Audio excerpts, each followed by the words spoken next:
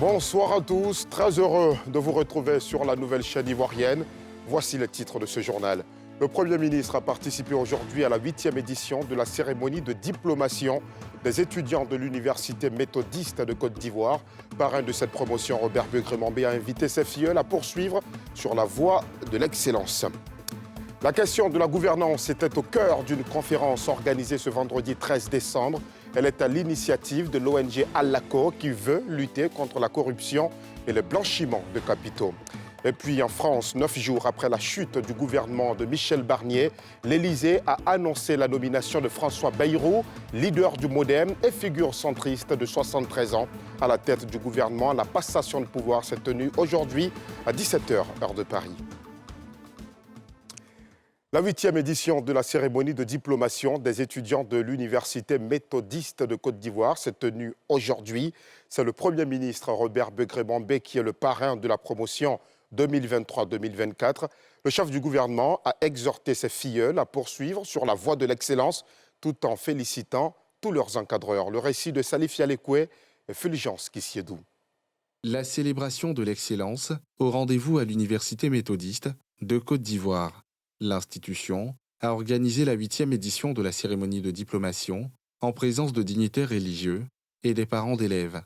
Le Premier ministre, Robert Begré-Mambé, hôte de marque et parrain de la promotion 2023-2024, a honoré ce rendez-vous de la célébration de l'excellence. Ayons, vous et moi, l'esprit de sacrifice et de travailler très fort pour que demain, vous soyez parmi les meilleurs. Le diplôme, qui est un couronnement, constitue aussi un recommencement. Parce que demain, quand vous serez dans une entreprise ou dans une administration, la meilleure façon d'exprimer votre capacité à maîtriser votre diplôme, c'est le travail de qualité que vous allez produire vis-à-vis de vos chefs. Une tribune mise à profit pour exhorter tous ces diplômés et les étudiants à poursuivre dans la voie de l'excellence. Une présence et des précieux conseils appréciés par les responsables et étudiants. Nous avons choisi Son Excellence Monsieur le Premier ministre pour parrainer cette promotion 2023-2024 parce que nous voulons le meilleur pour nos étudiants. Et justement, Monsieur le Premier ministre est un modèle pour la jeunesse. Nous voyons toute son évolution. Il a occupé tous les postes. Aujourd'hui, le Premier ministre de la République de Côte d'Ivoire. C'est l'occasion pour nous de créer un cadre d'émulation pour les étudiants, pour qu'eux-mêmes se mettent à travailler. Et même il a dit, en donnant de bons conseils à ses filleuls. Alors, le mot que j'ai à donner à mes amis, c'est que de persévérer dans le travail, de bosser, de ne jamais se décourager, car seul le travail paye. Cet établissement a été classé 3e meilleure université privée lors du dernier classement, à l'initiative du ministère de l'Enseignement supérieur. La situation sociopolitique et économique de la Côte d'Ivoire intéresse fortement l'ONG Alaco. L'organisation non gouvernementale milite pour un climat apaisé lors de la présidentielle d'octobre 2025. Elle adresse aussi des questions de corruption et de blanchiment de capitaux, des points qui ont été abordés au cours d'une conférence organisée ce vendredi 13 décembre. Nadia Idja, Joseph Zekré. La Côte d'Ivoire figure au nombre des juridictions sous surveillance renforcée du groupe d'action financière GAFI, appelé liste grise, démontrant ainsi des insuffisances dans la lutte contre le blanchiment de capitaux. Un classement peu reluisant sur lequel est revenu le président de l'ONG Ligue africaine de lutte contre la corruption, Alaco, qui se prononçait sur la lutte contre la corruption dans le pays. Si des mesures ont été prises sur le plan juridique et institutionnel, pour le président, il faut sanctionner. La lutte contre la corruption, vous avez deux piliers. Il y a la sensibilisation, notamment la question de la prévention, mais également la question de la répression. Si vous faites la prévention, qui consiste justement à mettre en place tout le dispositif, et qu'en amont, vous n'arrivez pas justement à sanctionner, c'est comme si vous n'avez absolument rien fait. Et il faut combattre l'impunité. Il faut faire en sorte que tous ceux qui s'amusent justement à prendre l'argent de l'État, que ceux-là justement soient mis hors d'état de nuire. Saluer l'avènement justement du pôle pénal économique et financier. Nous espérons justement qu'avec l'avènement de cet instrument-là, les choses vont pouvoir changer, de sorte à permettre à la Côte d'Ivoire, d'ici 2026, à pouvoir justement sortir de cet aspect-là. En plus des questions économiques, l'ONG s'est penchée sur la politique ivoirienne, alors que la prochaine élection présidentielle de 2025 préoccupe plus d'un. La réflexion que nous faisons, comme tout le monde veut le pouvoir et que pour l'instant on n'a pas tous ces éléments, nous disons, écoutez, allons-y maintenant à enlever la limitation des mandats au niveau, comme on appelle, présidentiel. Il faut supprimer justement cette limitation. Mais quand nous disons cela, derrière nous avons donc des propositions que nous faisons. C'est quoi? C'est de faire en sorte que l'organe chargé d'organiser les élections soit un organe vraiment parfait. Que nous ayons des élections propres, transparentes à tous les égards. Au nombre des dispositions faites dans ce sens, l'ONG propose une commission électorale indépendante, purement technique et sans parti politique. Le président de l'ALACO a par ailleurs proposé un appel à candidature pour tous les postes à nomination dans l'administration. 125 couples de gendarmes ont scellé aujourd'hui leur mariage au camp de gendarmerie d'Agban, une action sociale initiée par le commandement supérieur depuis 2021 et qui vise à remonter le moral et responsabiliser les gendarmes dont la vie conjugale favorise la protection de leur famille. Pierre Dipomela, Kimou Eric.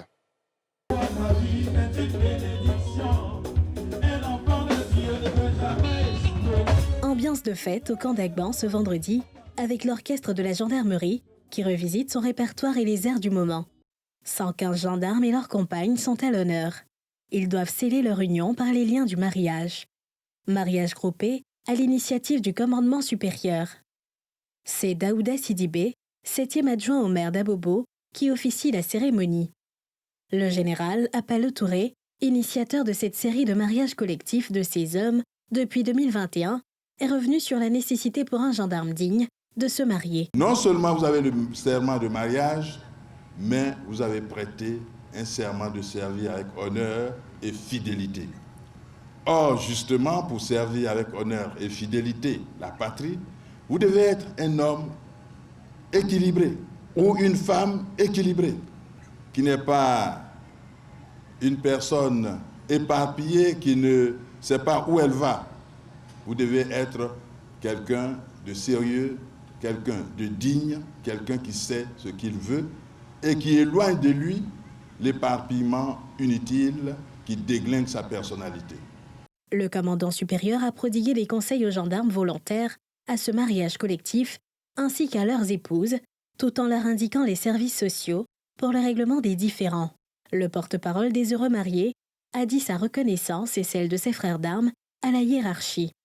Au nom de tous les nouveaux couples ici présents, je vous adresse un immense merci. Merci pour la joie et l'harmonie que vous rapportez en ce jour si spécial pour nous. Je tiens à réitérer, au nom de ces couples, notre gratitude pour votre soutien et votre présence à cette belle fête de l'amour et de la famille. Ce mariage groupé porte à 838 le nombre de gendarmes mariés, dont 179 en 2021, 421 en 2022, 123 en 2023 et 115 en 2024. Rendons-nous à Yamoussoukro, dans le centre du pays, où le médiateur de la République, Adama Toungara, a présidé le deuxième conseil de médiation de l'année 2024. Il était question de faire le point des activités de l'institution pour cette année qui s'achève et évoquer les perspectives pour l'année à venir. Une réunion bilan qui a vu aussi la participation des médiateurs délégués venus des 4 coins de la Côte d'Ivoire. Niki Mamoussa.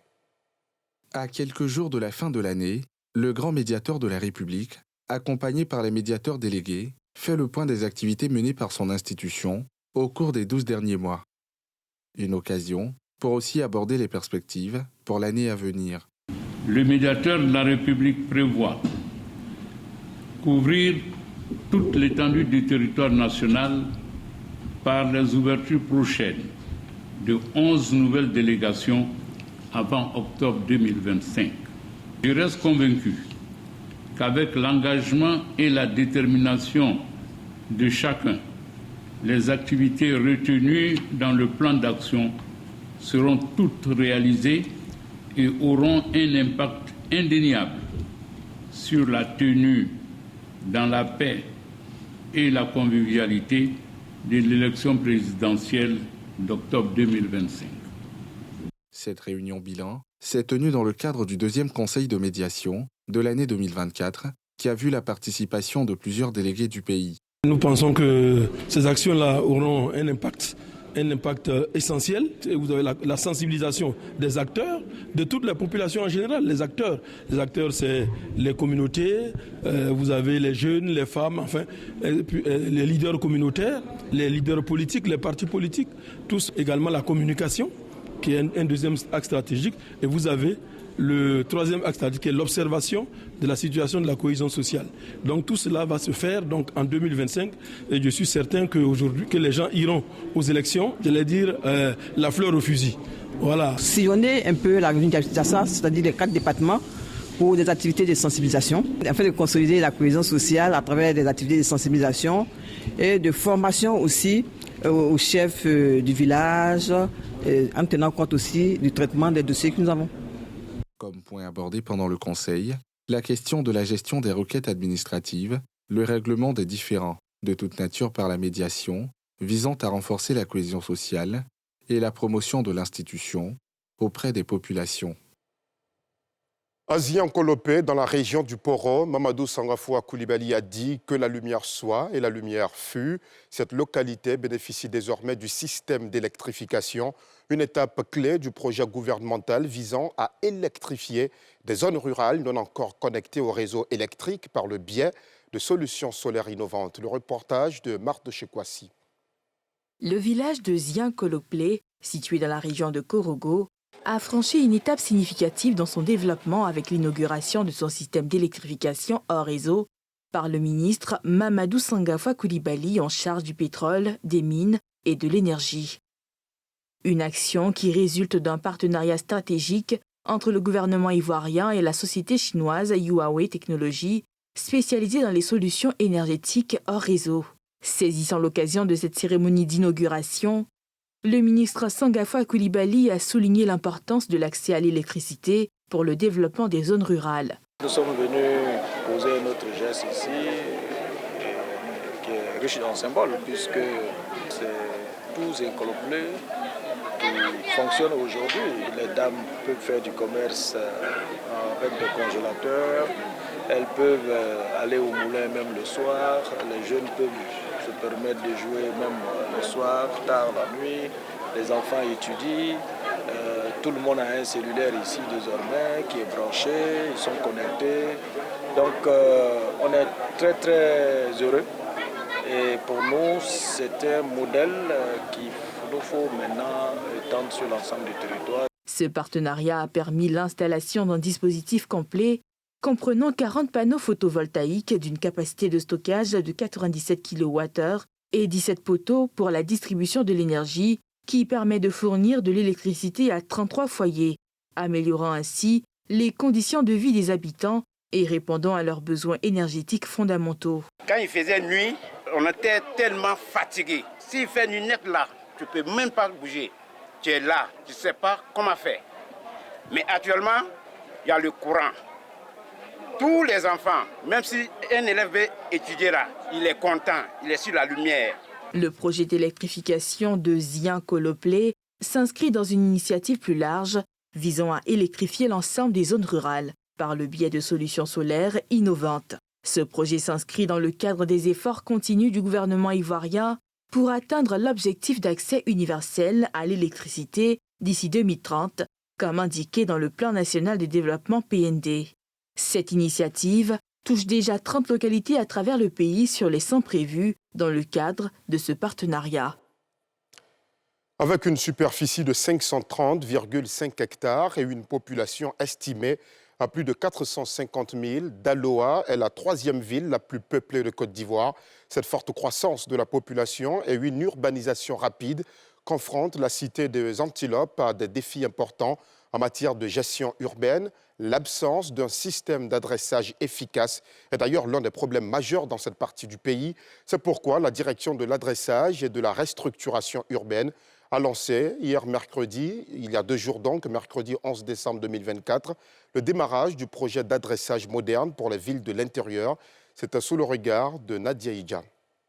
Dans le courant du mois de janvier, démarre dans la ville de Daloa, pour une durée de 3 ans, le projet d'adressage moderne pour les villes de l'intérieur, PAVI. Au cours de la réunion de démarrage de ce processus, qui contribue au développement urbain, les différentes étapes du projet ont été présentées. Aujourd'hui, un territoire où il n'y a pas d'adressage, où il n'y a pas de facilité de repérage, et le développement de ce territoire-là n'est pas efficient. Et c'est la raison pour laquelle le gouvernement a souhaité qu'on puisse mettre en œuvre ces projets-là.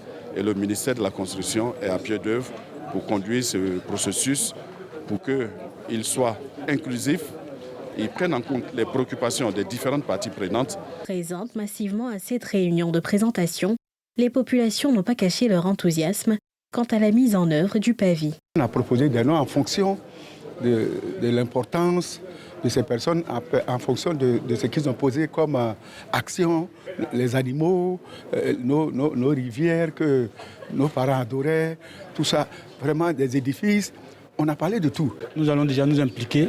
Il est de notre ressort de pouvoir accompagner ce projet pour que Daloa soit aussi comme on le souhaite. Vu l'importance de l'adressage pour la ville, ces populations ont été invitées à faciliter son exécution. Il appartient à la population de Daloa de tout mettre en œuvre afin que ce projet soit conduit à bon port et que chacun s'approprie ce projet pour un plein succès de l'adressage. Le projet PAVI à Daloa intervient après les villes de Yamoussoukro et Korogo.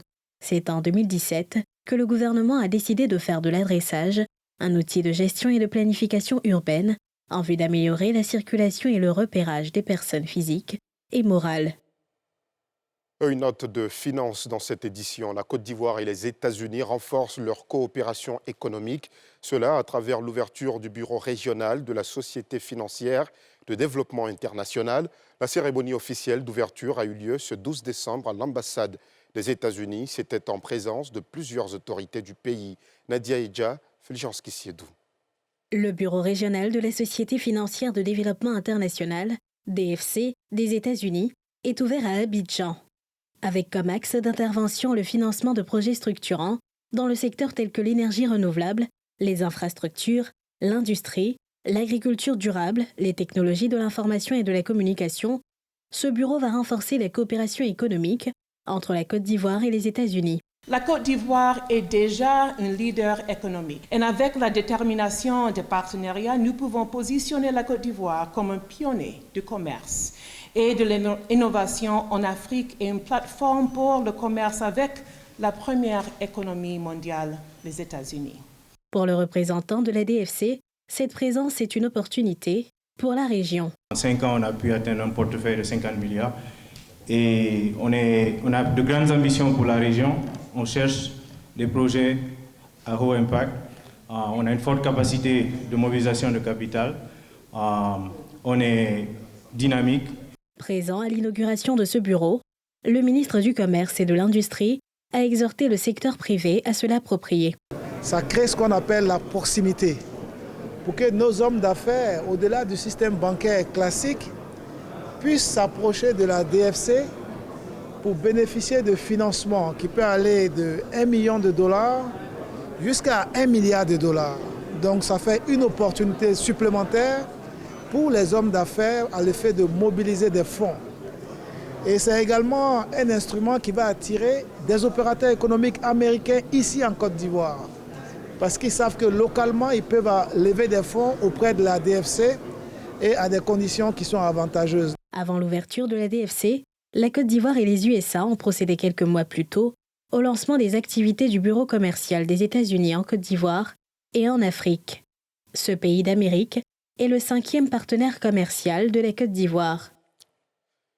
Ils sont 17 amateurs et professionnels du cinéma à avoir participé pendant 3 mois à la formation en écriture de scénario organisée par l'Office national du cinéma de Côte d'Ivoire. Ces 17 auditeurs constituent la première cohorte baptisée Promotion Françoise Remarque du nom de la ministre de la Culture et ils ont reçu leur certificat ce vendredi en présence de notre équipe de reportage Niki Moussa et Chaque Bleu. Pendant 3 mois, ils sont 17 auteurs qui ont pris part à la formation pratique à l'écriture de scénarios organisée par l'Office national du cinéma de Côte d'Ivoire. Une première baptisée Promotion Françoise Remarque. Nous sommes donc heureux et fiers de voir que ce qui était un rêve est devenu aujourd'hui une réalité. puisque des jeunes ont été formés. Vous les avez entendus dire un peu les conditions dans lesquelles ils ont été formés et les acquis aujourd'hui de leur formation. C'est ce que nous souhaitons, c'est ce que nous voulons et nous sommes donc heureux de voir qu'à partir de cette formation, des jeunes peuvent aller aujourd'hui sur le terrain. C'est l'histoire qui bien présentée donne l'envie de financer et chaque histoire a une leçon. Nous voulons avoir des histoires qui nous ressemblent, des histoires qui, mises à l'écran, peuvent faire vendre notre pays, pas seulement notre pays, mais des histoires aussi africaines dans lesquelles nous nous reconnaissons. C'est notre identité que nous cherchons à défendre. Une formation fortement appréciée par l'ensemble des auditeurs de cette première cohorte. On a appris par exemple que pour faire un scénario, il faut faire la Bible littéraire. Et la Bible littéraire, c'est tout un processus. Donc déjà trouver le titre, les thèmes, les genres déjà du film qu'on veut faire, les mots-clés qui vont intervenir, les émotions qu'il faut faire intervenir dans le film et tout. Franchement, c'est tout un processus pour pouvoir mettre en place un bon projet, un bon scénario. Cette formation véritablement nous a permis en tant qu'apprenants à connaître, à comprendre le cinéma dans tout son sens. L'étape suivante, ça sera de pouvoir réaliser le projet que nous avons écrit et réaliser dans et puis montrer au public ou bien au peuple, à tout le monde, voilà ce que la Côte d'Ivoire a fourni comme pépite dans le cinéma et Côte d'Ivoire. Cette formation est la première d'une série d'activités initiées par l'ONACICI en vue de renforcer les capacités de ces professionnels de cinéma et donc d'améliorer la qualité des productions des jeunes cinéastes. Sous l'autorité de Sa Majesté Nana Amandoufou V, roi du Saint-Louis, la capitale politique, Kreng-Diabo, a été le théâtre de la 131e édition de la fête des Ignames. Cet événement, qui s'est déroulé du 6 au 9 décembre dans la région du Sud Comoé, a rassemblé population locale, autorités et invités venus de divers horizons pour un hommage vibrant non seulement à la tradition, mais aussi aux valeurs du peuple Agni. Faltia Koulibaly. C'est avec les sons du tam-tam parleur, annonciateur des grands moments, que Kreng-Diabo s'est réveillé dans une ambiance de fête à l'occasion de la 131e édition de la fête des Ignames, une célébration annuelle dans la capitale historique du royaume Saint-Louis, une exposition de tubercules d'Igname témoignant de l'abondance et de la richesse culturelle du peuple Agni.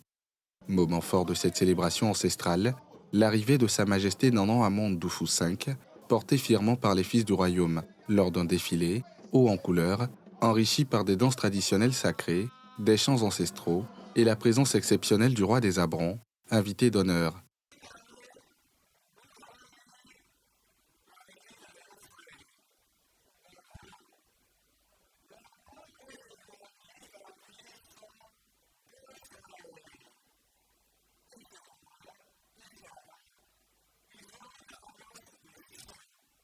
L'innovation majeure de cette édition a été le lancement du Festival des cultures à Caen, une initiative visant à rassembler les différentes communautés à Caen, de Côte d'Ivoire et d'ailleurs. Ce festival, intégré aux célébrations, a renforcé l'esprit de cohésion et d'unité, tout en mettant en lumière la diversité et la richesse des traditions à Caen.